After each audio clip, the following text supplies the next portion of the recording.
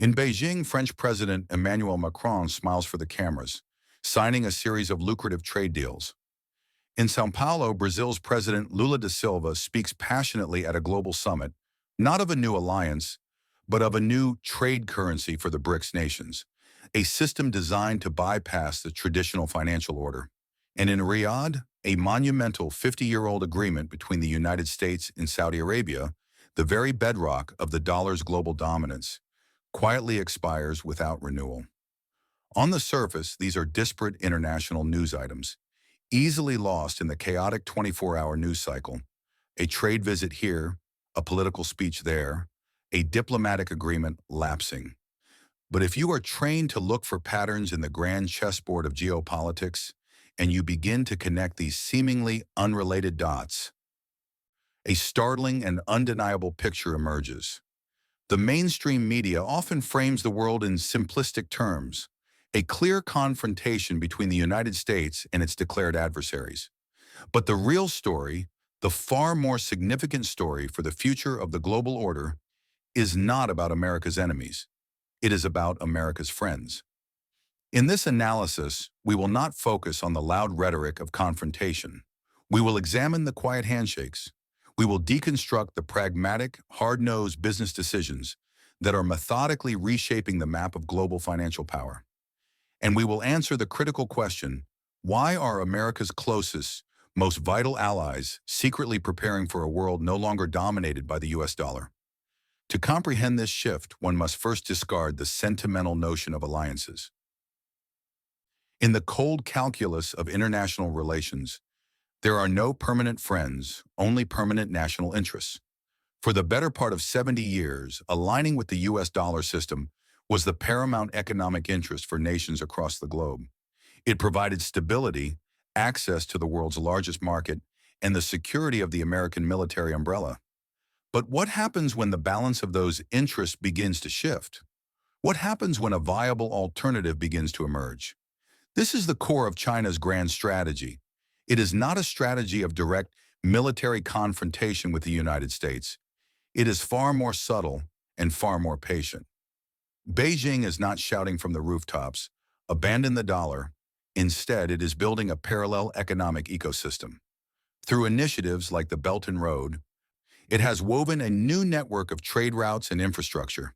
It has developed its own cross-border interbank payment system, or CIPS, as a functional, albeit smaller alternative to the Western-dominated SWIFT. And most critically, it is signing long-term energy contracts like those with Russia and the Gulf states, denominated not in dollars, but in its own currency, the yuan. China's proposition to the world is not a demand for loyalty. It is a business proposal. It says, here is another option, an efficient and stable one, that comes without the political strings or the threat of sanctions that are inherent to the dollar system. And to understand why so many of America's allies are now listening intently to that proposal, we must first travel back in time to the very moment this dollar-centric world was forged. We must understand the alliance that built the dollar empire. The alliance that built the dollar empire. The story of the dollar's absolute power begins not with a bang, but with the quiet collapse of an older system. Following the Second World War, the Bretton Woods Agreement established the US dollar as the world's reserve currency. Its strength was guaranteed by a simple promise. Any nation holding dollars could, at any time, exchange them for a fixed amount of gold from the US Treasury. The dollar was, quite literally, as good as gold. This system provided the stability needed to rebuild the world. But by the late 1960s and early 1970s, the economic pressures of the Vietnam War and growing domestic spending put that promise under immense strain. Other nations, seeing the U.S. printing more money than it had gold to back, began to call America's bluff. On August 15, 1971, President Richard Nixon appeared on television and delivered what would become known as the Nixon shock. He unilaterally severed the U.S. dollar's convertibility to gold. In an instant, the foundational principle of the global financial system for the previous quarter century was gone. Without the backing of gold, the U.S. dollar was now a fiat currency, its value based on nothing more than faith and credit. By all logic, it should have collapsed. A global panic should have ensued as nations rushed to dump their dollar reserves. But Washington had an audacious, ingenious plan. A plan to replace gold with a different, even more essential commodity: oil. In 1974, U.S. Treasury Secretary William Simon was dispatched on a secret mission to Saudi Arabia. The world was reeling from the OPEC oil embargo, which had sent energy prices soaring and economies into a tailspin. Out of this crisis, a world-altering deal was struck. The structure of the agreement was one of elegant, brutal simplicity. Saudi Arabia, as the undisputed leader of OPEC, would agree to price all of its oil exports exclusively in U.S. dollars, and it would use its influence to ensure the rest of OPEC did the same. In return, the United States would provide the Saudi kingdom with advanced weaponry and an ironclad military security guarantee. But there was a crucial second component: the massive profits that the Saudis would earn from these dollar-denominated oil sales. Billions upon billions of petrodollars would be recycled back into the United States. The kingdom would use these profits to purchase U.S.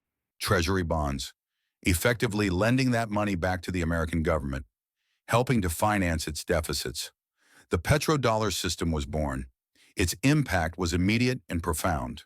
It forced every single oil-importing nation on Earth, whether friend or foe, to acquire and maintain vast reserves of U.S. dollars in order to purchase the energy that fueled their economies. This created a permanent, artificial global demand for the American currency. This constant demand is what has allowed the United States to run massive trade deficits and accumulate staggering levels of national debt for decades without facing the consequences that would have destroyed any other currency. America's hegemonic power in the post-war era was not built on gold. It was built on oil, priced in dollars. And for precisely 50 years, that system held. Then on June 9, 2024, that foundational 50-year agreement quietly expired. It was not renewed. Now, this does not mean that Saudi Arabia will stop selling oil in dollars overnight, but it does mean that for the first time in half a century, the kingdom is legally and diplomatically free to sell its oil in any currency it chooses: the yuan, the euro, the rupee. The exclusive arrangement is over. So when you hear reports of Saudi officials publicly discussing the possibility of accepting yuan for oil sales to China, this is no longer just a hypothetical threat. It is the sound of a seismic tremor running through the very foundation of the 50-year-old world order. And the aftershocks are now being felt across America's other key alliances. Europe's dangerous double game. Nowhere is this conflict of interest more acute than in the economic heart of Europe: Germany. For Germany, China is not seen primarily as a geopolitical rival. It is viewed first and foremost as the single most important customer and an indispensable part of its manufacturing supply chain. The German economic model, a powerhouse of high-end manufacturing, is profoundly intertwined with Chinese demand. Consider the automotive industry, the crown jewel of the German economy. While exact figures fluctuate in recent years, the Chinese market has often accounted for the largest single source of sales for titans like Volkswagen, BMW, and Mercedes-Benz. For the CEOs in Munich, Stuttgart, and Wolfsburg, losing access to the Chinese market is not just an option to be considered in a foreign policy debate. It is an existential, apocalyptic scenario. This dependence extends far beyond cars. Chemical giant BASF, a bellwether of German industry, has invested billions in new facilities in China. The famed Mittelstand, the small and medium-sized engineering firms that form the backbone of the German economy, have built their prosperity on selling specialized machinery to Chinese factories. This deep economic integration places Berlin in a strategically impossible position. On one hand, its national security is fundamentally reliant on the NATO alliance and the American security umbrella, especially in the wake of renewed Russian aggression. On the other hand, its economic prosperity is inextricably linked to the goodwill of Beijing. The result is a foreign policy of calculated ambiguity, a constant, precarious balancing act that seeks to appease both Washington and Beijing simultaneously.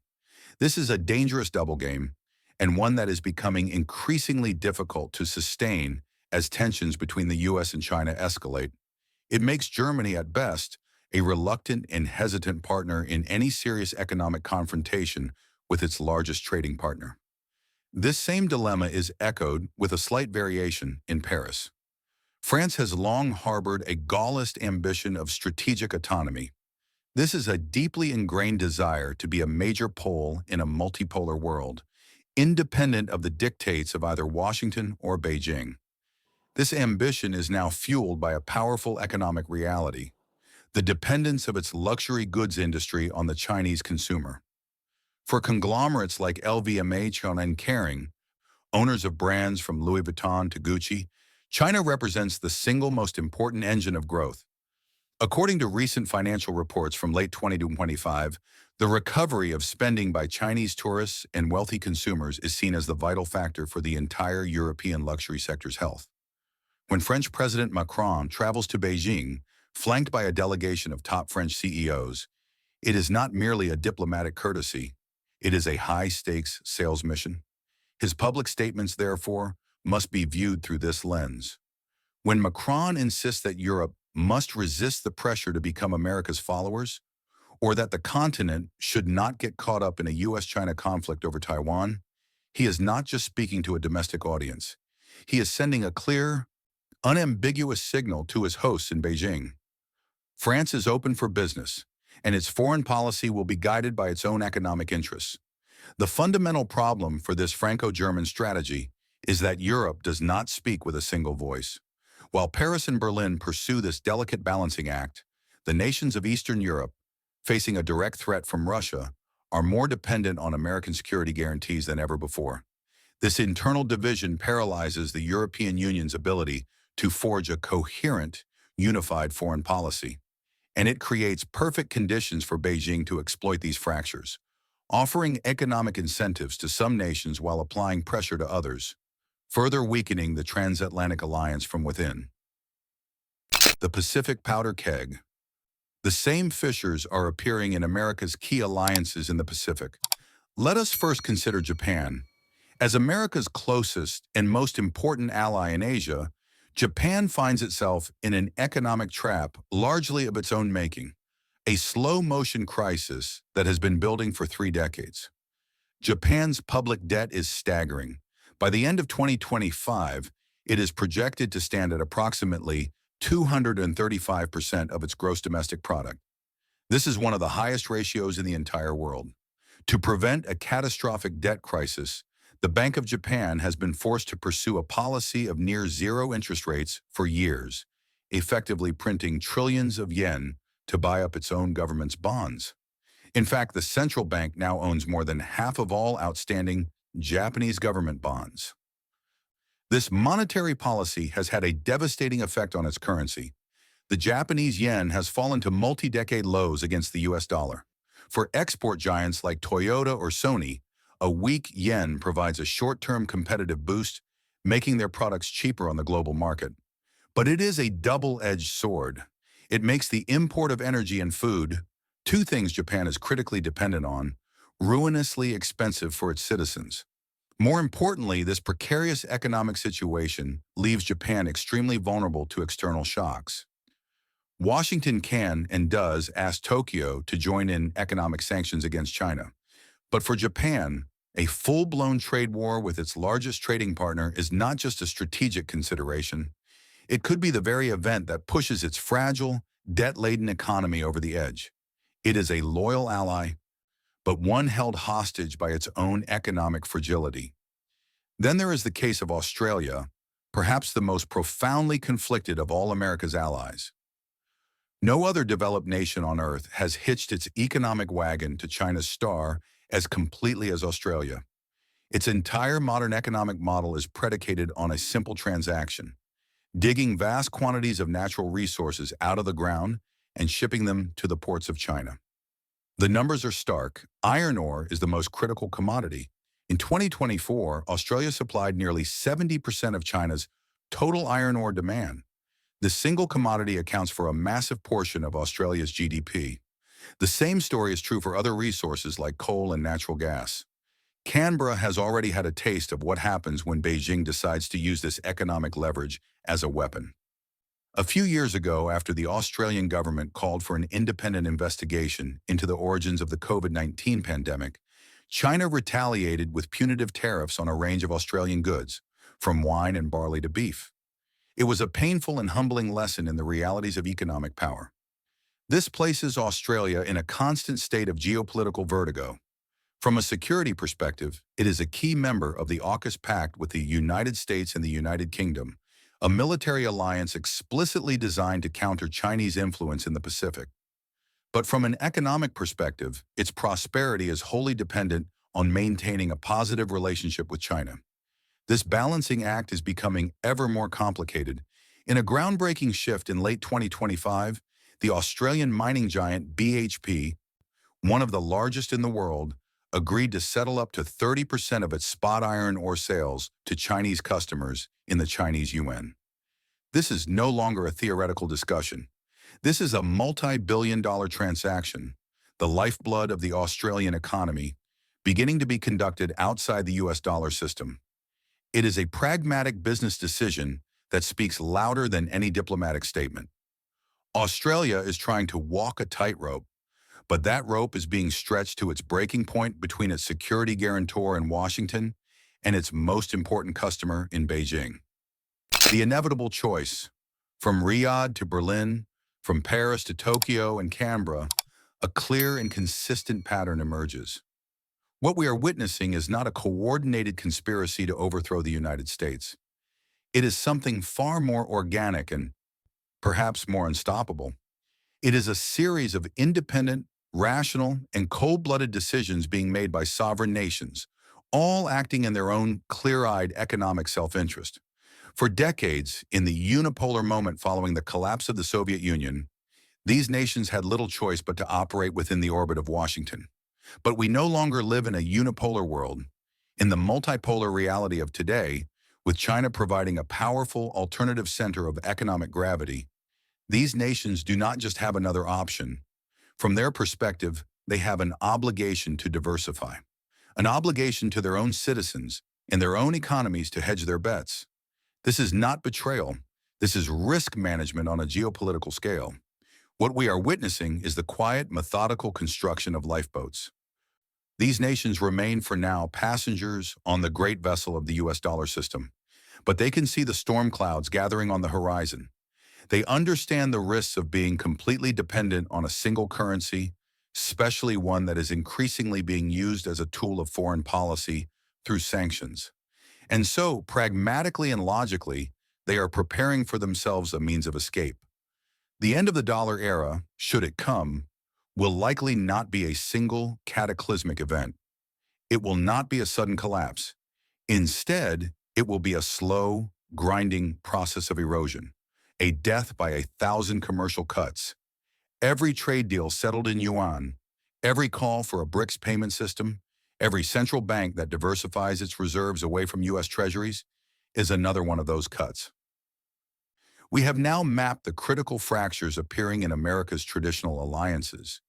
In our next analysis, we will zero in on the one nation that holds the ultimate key to the dollar's fate, Saudi Arabia.